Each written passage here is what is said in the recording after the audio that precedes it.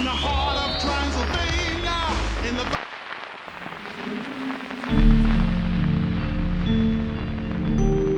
The exact date is unknown, but at some point in the early 20th century, a young girl was walking alone in the fields of Transylvania.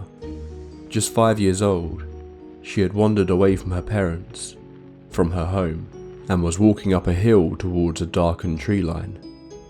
This tree line was the opening to a forest that many locals tried to steer clear of. Did the girl walk away all by herself, curious to check out the forest, or like so many others have claimed in recent years, did she feel somehow drawn to the location? Did she hear the voices, the giggling on the air that others report? Did she see the lights? The girl walked alone through the trees as the sun began to set. The strange, twisting, deformed trees, heading further and further north, until she found it. The most famous spot in this entire forest, the round meadow. A near perfectly round clearing in which barely any plant life will grow. Then, nothing. The girl's family quickly realised that their child was gone, and search parties were formed. Witnesses spoke of how they saw a young girl heading in the direction of the forest, and so the search expanded out there, but there was nothing. Not a trace of the young girl ever having been there. For months they looked, but she was gone, leaving behind only small footprints, headed towards the clearing. After years, the family finally had to come to terms with the idea that their little girl was not coming back. But then, she did. Found after being missing for 5 years, walking out of the same forest she had vanished in. Now 10 years old, but still dressed in the same clothes she had been wearing on the night she walked out there. Barely a scratch or hair out of place. Her clothes tighter and shorter, but in perfect condition. The local authorities quickly questioned the girl, and asked where had she been, what happened to her.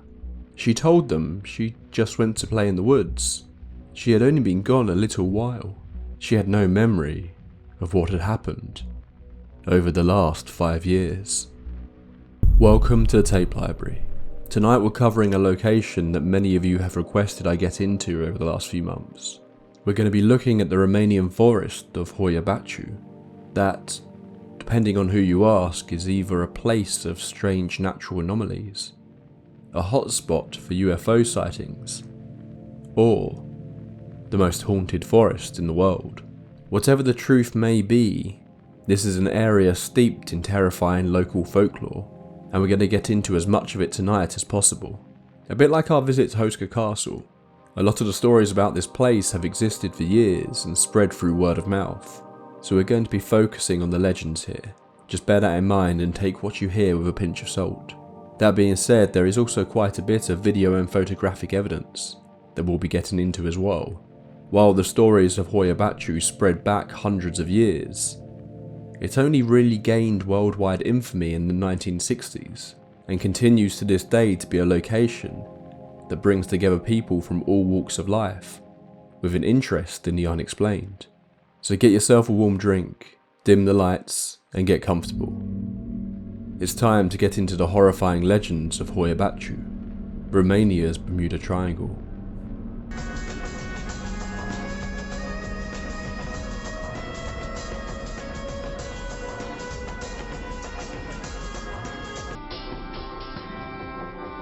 Hoia Baciu is located right by Cluj-Napoca, in northwestern Romania, the unofficial capital of Transylvania, obviously an area of the world that is steeped in legends and stunning Gothic architecture.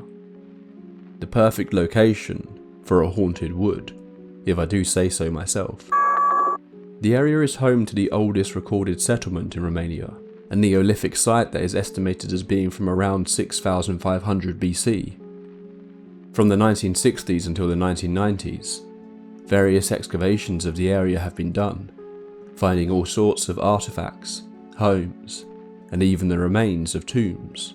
The dark legends of Hoia Baciu can be traced back this far, as it is claimed by some that residents of this long-forgotten settlement were attacked by a rival tribe.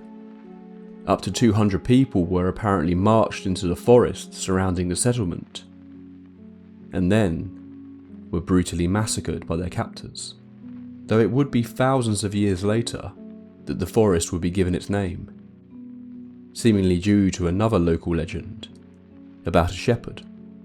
It is said that at some point a sheep herder was walking his sheep through the nearby fields, stopping briefly to let them graze as and when they wanted, when he spotted something through the trees. A perfect large round plain of grass, what looked like an untouched clearing in the woods, the perfect place for his large flock of sheep. He began shepherding them through the twisting trees and towards the clearing. The man took 200 sheep into the forest that day. None returned. The shepherd and his sheep were never heard from again, leaving behind no trace. Over the years, it is estimated that 1,000 people have got into the forest and never returned. But not everyone who goes missing in the forest is gone for good. Much like the legend of the little girl from the start of our story, some simply walk into the woods and are enjoying a lovely walk in nature, only to venture out of the trees back towards the city to discover a search party out looking for them. The people who had gone for the walk come out convinced they were only there for an hour or two, only to discover they had been missing for much longer than that, days in some cases, or in the situation with the little girl, even years. These lapses in time are pretty commonplace, although in most instances they are simply minutes or hours lost. It is still a terrifying situation. One other specific story of a disappearance is that of a woman who became separated from her friends while out walking one day in the forest. Eventually they found her, hours later, wandering around just outside, almost in a daze. They asked her what happened to her, but she was convinced she had only been gone for a few minutes. It was during their conversation that the woman felt something in her pocket, something that hadn't been there before. She then apparently produced a coin that seemed to date back to the 1500s. During winter months, reports have been made of footsteps in the snow that approached the clearing in the forest before just stopping, as though the person walking just vanished into thin air. Others that vanish in the woods but are later found are unfortunately discovered in a much more grisly way. The forest has become something of a hotspot for suicides over the years, with a number of people being found hanging from the trees. This seems to be a sensible time to segue into how being in the forest feels. The most common experiences people seem to have within the forest are of it seemingly messing with their emotions and even body at times. It is said by many that being in the forest seems to play on the emotions that you take in with you. If you are happy when you enter, you feel overjoyed with the wonder and the beauty of the forest. But if you are feeling low, it amplifies that depression, painting the forest as a dark and foreboding and depressing world. People will often report feeling suddenly nauseous while walking around the forest, even actually throwing up unexpectedly. Headaches and migraines are often brought on, almost instantly upon entering. Visitors will often feel disorientated. Many have reported getting home and being shocked to discover what looks like scratches and even burns on their skin, even if it was completely covered by a jacket. All this, like with much of the phenomena that we'll talk about shortly, seems to increase the deeper you go into the forest, and more specifically the closer you get to the round meadow, the strange clearing that seems to ignite the imaginations of so many. There is something about the forest that saw it develop an interest from the scientific community, and that is the strangeness of the trees. From a distance it just looks like your typical forest, but so many of the trees are growing in strange positions, covered in scars and scabs, even appearing burnt at times. While oddly growing trees aren't that unusual, It's the sheer number of them that seem to be growing almost horizontally that has caused such an interest from those interested in nature. In some cases, as many as 8 trunks could be seen growing out of a single root. And apparently, as with everything else in this forest, the closer you get to the clearing, the stranger the trees get. The clearing itself appears to be something of a natural oddity as well, as very little will grow in it. The shepherds in the area claim that the clearing has remained identical for at least 450 years. Attempts have been made to grow trees and other foliage in the clearing, but nothing other than a low level of grass will grow, leaving the area looking perfectly pristine, as though it were almost being maintained by someone to keep it that way.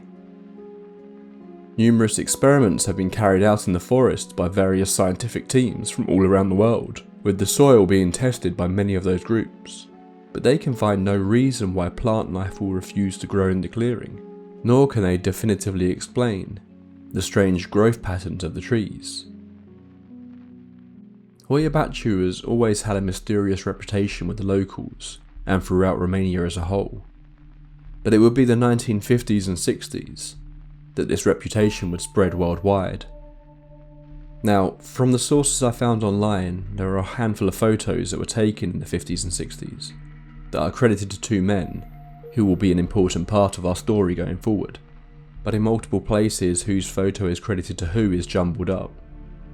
I think I've got the right order here, but please don't shoot me if I've made a mistake. Around 1953, a biologist by the name of Alexandru Sift began frequently visiting the forest. He had become fascinated by the strange stories around it, and was intrigued to see the place for himself. He could have had no way of knowing that what he would experience on this trip would change his life forever. Alexandru arrived at the forest that day with his gear, a camera and his father. His main reason for being there was to look at the peculiar tree growth he had heard so much about. The first thing he encountered, however, was a sound. A sound that he described as almost like teeth chattering, an exaggerated clamping together of teeth that could be heard from some distance. The men's destination that day was to reach the circle clearing, the location he had been told had the highest percentage of deformed trees. The closer and closer Alexandru got, the more he began to experience. He quickly began to feel unwell, the often reported nausea and headaches hitting him the further they ventured into the forest. But then he began to hear things that were even more disturbing than the chattering. He began to hear voices, specifically the voices of children, giggling and whispering to one another as he walked. It wasn't quite like they were actually there though. Many who experienced the phenomena of hearing the children's voices in the forest say they are faint and feel like they are being carried by the wind. Then he started to see things. Both Alexandru and his father became convinced that they could see shadows of other men, or more specifically, men that were shadows, often just out of the corners of their eyes. When they would turn to look, there would be nothing, but this wasn't just something that could be passed off as an optical illusion. It kept happening, to the extent where both men became convinced that whatever these were following them. Alexandru was feeling an overwhelming feeling of anxiety at this point, but the scientist in him told himself that there was some sort of rational explanation for all of this, and that if he left now, what hope did he have of uncovering the secrets this forest seemed to be holding? Bravely he ventured on, the whole time with these shadows following behind. At numerous moments Alexandru attempted to get photos of the shadows, but with limited success. It was during these attempts, however, that Alexandru captured some of the most famous images taken in Hoia Baciu. Now, full transparency, I've heard conflicting reports of what happened here. Some say Alexandru saw a strange light in the sky above one of the grassy plains next to the forest and captured a picture of it, but another said that Alexandru had no idea there was anything in the sky, that he simply was taking photographs, and it was only after developing them that he witnessed the strange aerial phenomena in the photograph The latter version of events is something that appears to have been echoed throughout the decades that follow. Countless people have reported taking photographs in the forest, only to discover strange lights in the images once they were developed. The phenomena that is being captured, seemingly being invisible to the naked eye. These many people include Alexander himself, who after visiting that one time became obsessed with Hoia Baciu, making his study of the forest his life's work, and capturing many strange photos between the 60s and his eventual death in the 90s. However, many of those photographs and documents were later stolen. Shortly after his death, someone broke into his property and took much of his research into Hoia Baciu, apparently leaving everything else in the property alone. While Sift's initial pictures did cause quite a stir, it was a photograph taken in the late 60s that truly put the forest on the worldwide stage when it came to mysterious locations. On August 18th, 1968, military technician Emil Barnet was out for a sunny afternoon walk with his then girlfriend and their 2 friends. They had set themselves up in the soon-to-be infamous clearing in the forest and were having a pleasant picnic, laughing and joking with one another, completely unaware that their lives were about to change forever. He had walked away from his group to collect wood when his girlfriend started shouting for him to return. They had seen something.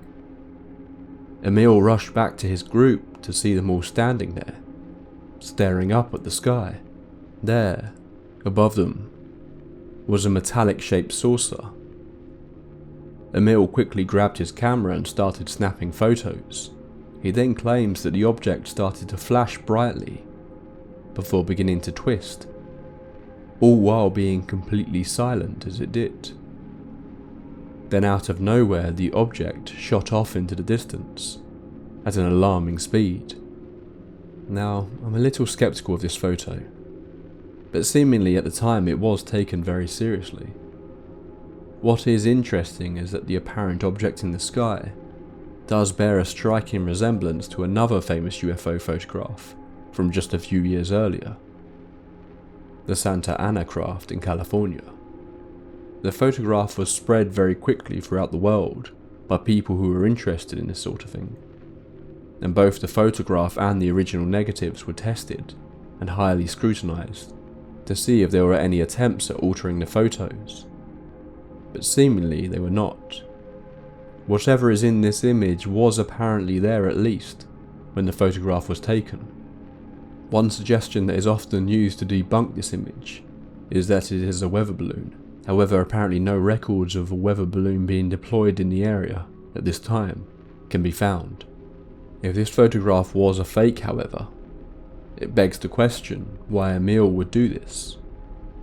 At this time in history, the country was under control of the Communist Party, and Emil, as a military technician, must have known that going public with this photo would not be seen as a positive career move for him. Apparently, soon after releasing the photo, Emil was visited by numerous strange individuals who had a lot of questions about what he saw. Soon after this, he was taken directly to the central offices of the Communist Party and was questioned at length by multiple officers, who then forced him to hand over the photographs and the negatives. They promised to return them once their inquiries were completed, but never did. He quickly lost his job after this interrogation, and the government of the time refused to engage in any conversation about paranormal phenomena or UFOs that were being reported around Hoia Baciu. This story, however, made Hoia Baciu infamous around the world, and saw Alexandru Sift double down on his research into the forest, soon being joined by teams from all around the world, who would come and aid him in his experiments, while also conducting their own. Frustratingly, the phenomena seemed to come in waves, making it very difficult to record detailed data. Months would go by with very little reported activity, and then out of nowhere lots of strange phenomena would happen in quick succession. In 1974, Sift was joined by a chemist by the name of Adrian Pătruţ, a man who would become Sift's closest friend while working on the project, and who also dedicated his life to to studying the phenomena in the forest, continuing Sift's work long after his death, and even into the present day. If you have ever watched any investigations into Hoia Baciu, you will certainly have seen Adrian Pătruţ. The man has a very distinctive look, and is without a doubt the foremost expert on the forest now. Pătruţ went on to become the president of the Romanian Parapsychology Society, but his personal work is very focused on Hoia Baciu.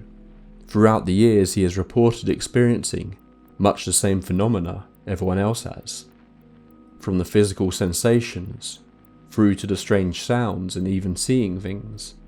But Pătruţ seems very convinced that whatever is taking place in the forest is something that can be explained by science. They just don't know what the answer is yet. One of his leading suspicions is the potential that infrasound could be at play. Sound waves that, while inaudible to the human ear, can cause a whole host of effects on our bodies, including increased levels of fear. Infrasound is often used as a potential explanation in many haunted house cases. While that may explain some of the physical symptoms, it doesn't explain the photographs or reported sightings people make. But could radiation be at play? The apparent burns appearing on people's bodies, strangely growing plants, and sickness does seem to play into that narrative. But tests have been done on the area and found nothing really of note. Despite these seemingly rational explanations, Pătruţ does back up Sift's sightings of the glowing objects in the sky, claiming to have not only seen them himself, but to having seen many photographs that reveal them, even though they were not apparently visibly present when the photo was taken. Pătruţ also claims he has one very strange story from one of his early visits to the area in 1975. He claims that he found, along with a large group of other researchers, the ruins of an old building. While no one in the group had seen these ruins before, they had only made a few trips out, and the forest is close to 700 acres large. They took numerous photographs, but for some reason Pătruţ couldn't get the ruins out of his head in the following weeks.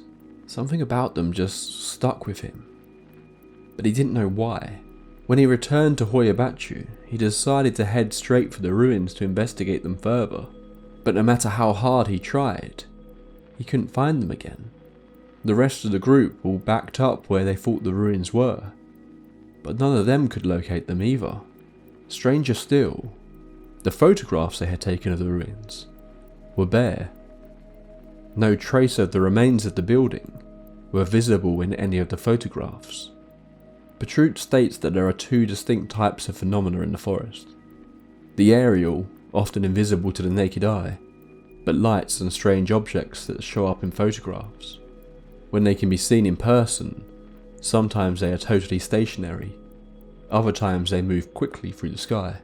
These sightings have even been reported from the city, with inhabitants of the high-rise blocks there seeing objects floating over the forest. The other type of phenomena is what he refers to as bioforms. These are visual apparitions that take on the appearance of plants, animals, or even people. Oftentimes there is something off about these apparitions that gives them away as not real, or at least not real in the sense that we often think of them. Animals that should not be seen in the Romanian forest, such as buzzards and leopards, have been spotted. People report seeing the faces of loved ones in the trees, some of whom are long dead, others still very much alive but living their lives miles away from the forest, the latter of which chills me to the bone for some reason. People will see others walking through the trees and then they just vanish. Fragments of people appear out of thin air, just parts of a face or body floating in the air. And one of the most commonly recorded phenomena is strange lights at ground level. Little glowing lights off in the distance of the tree line, surrounding the outside of the forest, pointed towards those brave enough to camp there, as though these lights were watching them. The first time I saw clips of this phenomena, I instantly assumed it was simply other people in the forest with torches, but strangely some have captured images of these lights, moving up into the trees, or even the sky. Other researchers and television crews who have investigated the area have brought along thermal cameras and pointed them in the direction of these lights, but no heat signature appears to be given off, suggesting that these lights are not fires, nor are they people. The story told by the locals in the area about these lights is that these are the long-forgotten spirits of those early massacred settlers, still stuck here, thousands of years later. With all this, the site has become something of a destination not just for tourists, but also for those who see Hoia Baciu as a site of spiritual power. Everyone from yoga teachers to Wiccans to self-described Satanists apparently visited the forest to soak up its otherworldly qualities, many of them speculating what is behind the strange phenomena in the forest. Many believe that the clearing is some sort of gateway to another dimension, and that all the strange sightings are beings passing from one world into another. One tour guide has told a story of how he arrived in the forest one day to discover a group of 60 people standing around the clearing.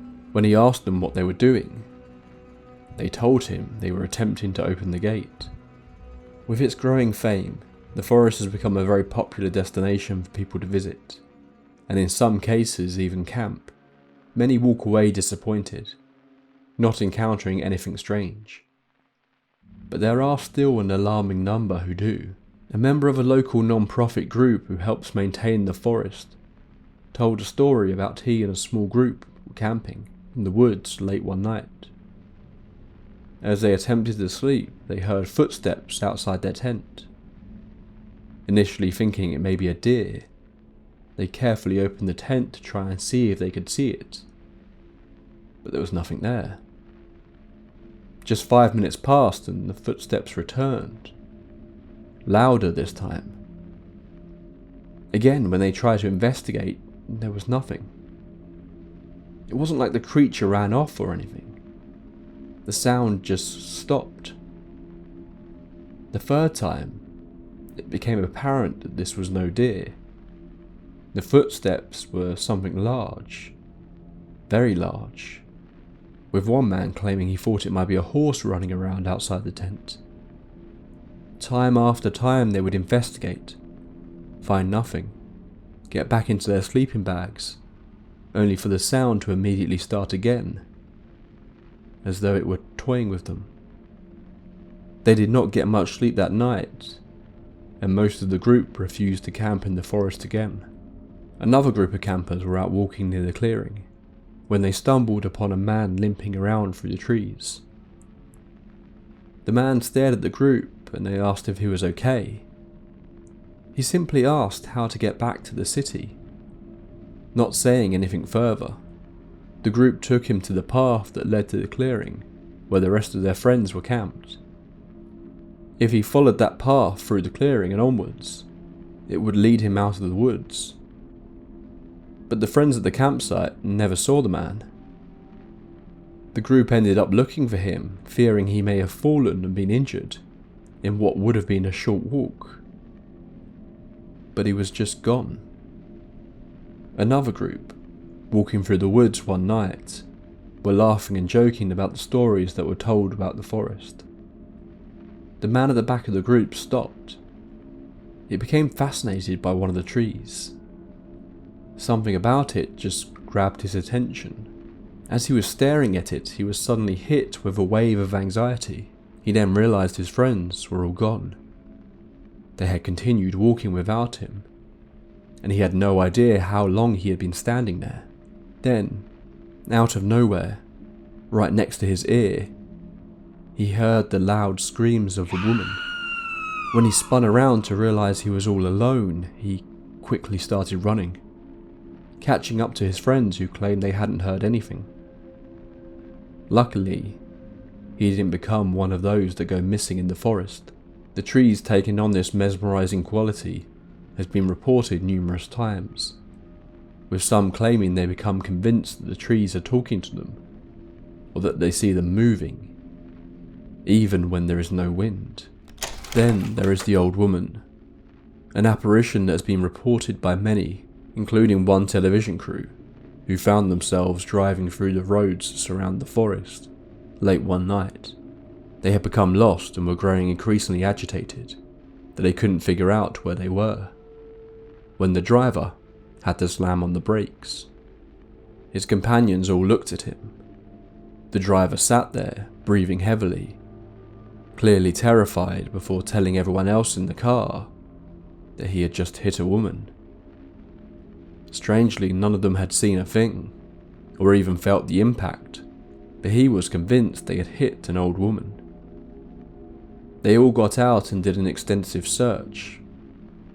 There was no damage to the van, and after searching a 1 kilometer wide perimeter around the vehicle, they could find no woman. I wasn't sure if I should include this, but let's finish up our exploration of Hoia Baciu with one final incident. Now, I've said in the past that I find myself quite skeptical when it comes to ghost hunting shows. While I don't want to call anyone out for outright faking things, I do think there's a tendency to just put people in a creepy, dark location and then basically watch as they react to every possible noise like it's a demon about to eat their heads. But there is one clip from a sci-fi channel show that might be one of the most famous pieces of Hoia Baciu evidence, and it would be wrong to not include it. It comes from an episode of Destination Truth from, I believe, around 2009. If you can track down this episode, it's well worth a watch, if not just for the moment where the investigation team attempts to fly over the round meadow, only for the plane's roof to literally rip off, forcing them to land. But I want to talk about something that happens later that night. The team are doing individual investigations in the centre of the clearing. One by one they sit in the centre, with cameras set up around them, while the rest of the team watch on monitors from further away. The cameraman is the second person to get involved in this experiment.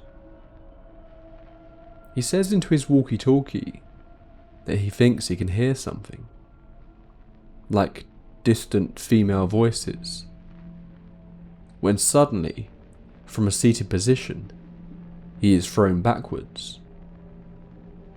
The crew rush to the man's location and find him on the floor several feet away, his camera thrown to the floor elsewhere. The man is obviously shaken up and the medics check him over, giving him water, but he just keeps claiming he feels itchy. They roll up his jacket sleeve to reveal fresh scratches up his arm. The man then describes what happened. He says that it felt like a wind came down from above, and then shot into his body, throwing him backwards. While this could obviously have been faked somehow, it is weird. The speed at which the man flies out of shot is astounding, happening in just a fraction of a frame from being sat on the floor, his arm flailing behind him as he moves, almost as though something were pulling him. So what is the truth of Hoia Baciu? This case just reminds me of Hoska Castle so much. You have that mixture of modern day paranormal investigations, mixed in with a dark history that has likely been twisted throughout time. But then you can also add UFOs into the mix, turning this forest into a captivating world of high strangeness. I don't think many of the photos are super intriguing in terms of evidence, but some of them really are undeniably creepy.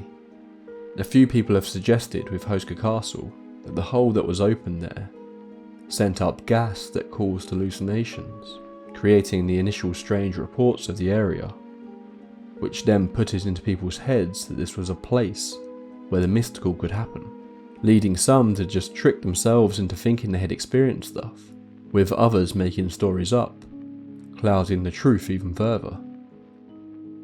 Could something similar be happening here? Something natural that is causing hallucinations and sickness in individuals, combined with photographic anomalies and fake stories. Other more out there theories are that this is indeed a gateway between other dimensions. Some say it might be a place where the dead become trapped, their spirits lost in this strange forest. And of course there are others who believe that this is a location of importance for beings from another world, and maybe even that the clearing was created when it was used as a landing spot for UFOs. So what do you think? As always, I want to hear your thoughts and theories on this one, so please do leave me a comment or drop me an email. A huge thank you to everyone who suggested this story. I wasn't sure there was enough to it for a full episode initially, but as always seems to happen, the more you dig into a strange location, the more strangeness starts leaking out. That's all for this entry into the tape library, but I do have a quick announcement to throw in at the end here. Those of you who follow me on YouTube might have seen I made quite a lengthy post on the community tab there last week. I won't be reading it out in full, but if you want to check it out, please do. The outpouring of support I got from that post genuinely touched me during what has been a little bit of an up and down time for me personally.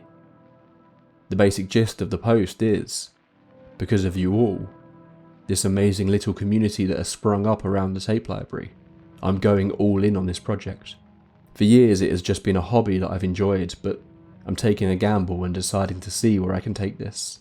I've got so many ideas. Obviously many of you have seen the first of those when I launched my second channel, Night Drive Paranormal, in May. As a part of all of this, I've also finally launched a Patreon page for those who have been telling me to do so for quite a long time. I mentioned this in the post, but I don't really like the idea of paywalling any content. And I really don't want people to feel like they have to donate to a Patreon or they're missing out. So the tiers are all pretty similar. You basically get to see videos from both channels, at least 24 hours early before they go live, and on the higher tiers you get a shout out in any forthcoming episodes. It basically just exists because people keep sending me super thanks after each new episode anyway, so this way I can at least give those people a little bonus for being so kind and supporting me. If you want to support me there, but even for a moment have to question if you should spend the money, then please, please, please do not. Your views, comments and likes all help me out immensely, and just doing those things supports me more than enough. But if you do want to sign up, then the link to do so can be found in the description. Seriously, thank you to everyone who has signed up already, and also to the people who haven't, but just filled that post with some of the most lovely and inspiring messages I've received since I started doing this. With that said, let's do our first shoutouts. A huge thank you to our tape library archivists, Umiko Grimm, Tracy Torello, Sandy Lusk, Restock 1731, Destiny M, Ashley Tornay, and Adeline. Our lead archivists, Danielle, Brian Barker, and Alex Goldberg. And of course our incredible grand overseers of the tape library, Morning Rain 2619 and Agent 355. Thank you all so much for the incredible support. If you have signed up and wasn't included in that list, it's likely just that I recorded this episode before you did. Rest assured you will be in the next one. That's all for this entry into the tape library. I'll be back next week with some more true creepy tales on Night Drive Paranormal. And the week after that, we're going to be talking about the weather on the tape library. I promise it's much more interesting than it sounds. Until next time, pleasant dreams.